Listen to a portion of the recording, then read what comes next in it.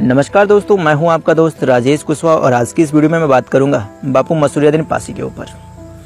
OBC जननायक बापू मसूरियाद्दीन पासी के ऊपर आज वीडियो में बना रहा हूं और आप सबसे रिक्वेस्ट करूंगा कि ये वीडियो आप पूरी देखिएगा, लास्ट तक देखिएगा, बिना स्किप किए हुए देखिएगा। अगर आप ओबीसी के हितों के बारे में सोचते हैं, ओबीसी के लाभ के बारे में सोचते हैं, ओबीसी को उत्थान और उसके विकास के आधार पर आगे बढ़ता हुआ देखना चाहते हैं तो आपको ये वीडियो जरूर देखनी चाहिए, क्योंकि आज मैं इस वीडियो के माध्यम से आपको एक ऐसे नेता के बारे में बताना चाहता हूं जिसके बारे में हमारे समाज के लोगों को बहुत कम जानकारी है, बहुत कम लोग जानते हैं। ये बहुत कम लोग जानते हों कि 2 अक्टूबर को ही मसूरियाद्दीन पासी जी की भी जयंती पड़ती है, यानी उनकी जयंती मनाई जाती है। 2 अक्टूबर को हमारे गांधी जी, लाल बहादुर शास्त्री जी के साथ साथ मसूरियाद्दीन पासी जैसी अद्भुत प्रतिभाओं का भी जन्म हुआ था।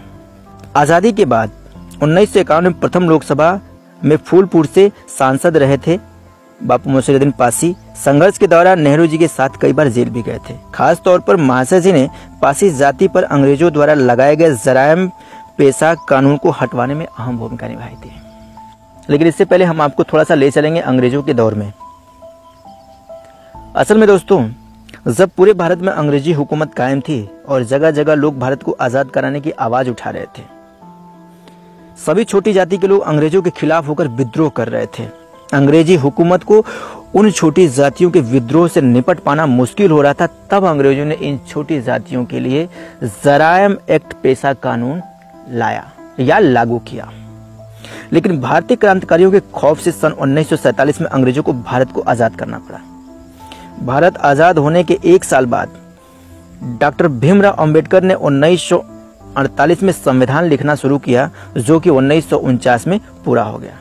लेकिन पासी समाज के साथ साथ 200 से ज्यादा जातियां जराइम एक्ट में फंसी रहीं और जूझती रहीं और उससे मुक्त होने का संघर्ष करती रहीं। लेकिन मसूरियाद्दीन पासी ने इन सभी 200 जातियों के उद्धार करने का बीड़ा अपने सर पर उठाया और इसके लिए उन्होंने बड़े बड़े जन आंदोलन किए और बहुत ही ज्यादा संघर्ष किया और लड़ाइयां लड़ी।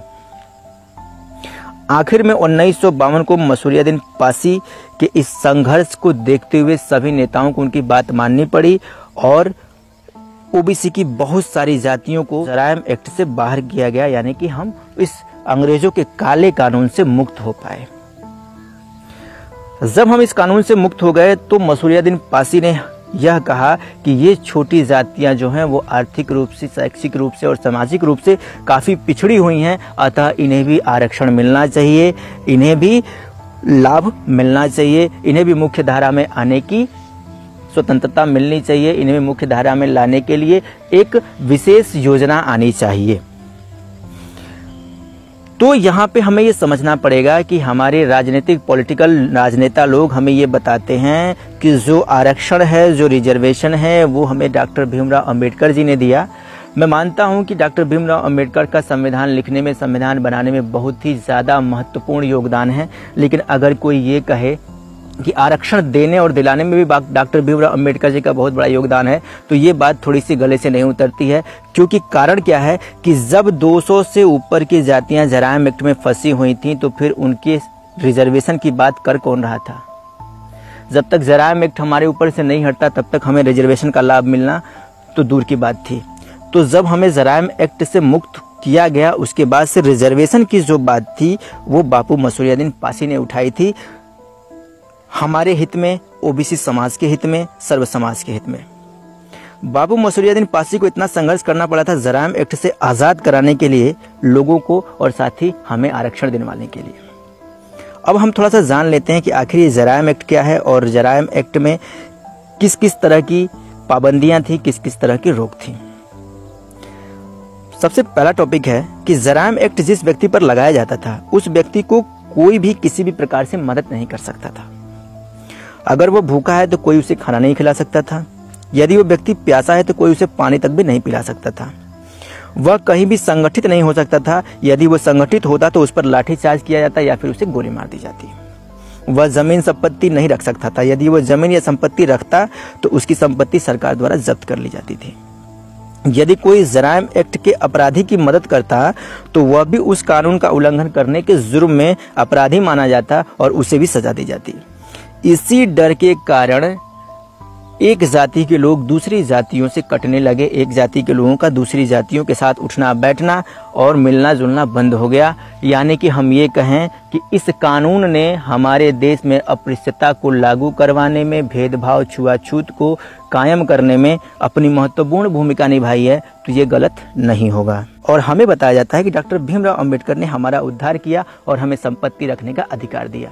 लेकिन अब आप खुद सोचिए कि जब 200 जातियों के ऊपर जराइम एक्ट अंग्रेजों के जाने के बाद भी लागू था, तो वैसी कंडीशन में जब हम जराइम एक्ट यानी कि जन्मजात अपराधी माने जाते थे, तो फिर हम संपत्ति रखने के अधिकारी कब बने? हमें संपत्ति रखने का अधिकार या फिर हमें आरक्षण का अधिकार तो तभी मिल पाया जब हमारे ऊपर से जराइम एक्ट को हटाया गया, यानी कि मिटाया गया।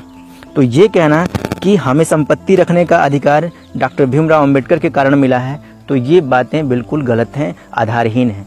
हमें संपत्ति रखने का अधिकार, हमें खुली हवा में सांस लेने का अधिकार बापू मसूरियादीन पासी के कारण मिला है, क्योंकि उन्होंने हमें जराइम एक्ट से स्वतंत्र कराया, आज़ाद कराया अंग्रेजों के बाद। और जराइम एक्ट के हटते ही सभी जातियों को इस काले कानून से आज़ादी मिली और पूरा सारे अधिकार हमें मिलने लगे। और राजनीति आज हमें कुछ और ही बताती है, किसी और को ही हमारा नेता बनाती है। आखिर क्यों बापू मसूरियादीन पासी का इतिहास पन्नों में दबा दिया गया, मिटा दिया गया? उसके जिम्मेदार कौन लोग हैं, हमें ये जानना पड़ेगा, हमें ये खोजना पड़ेगा।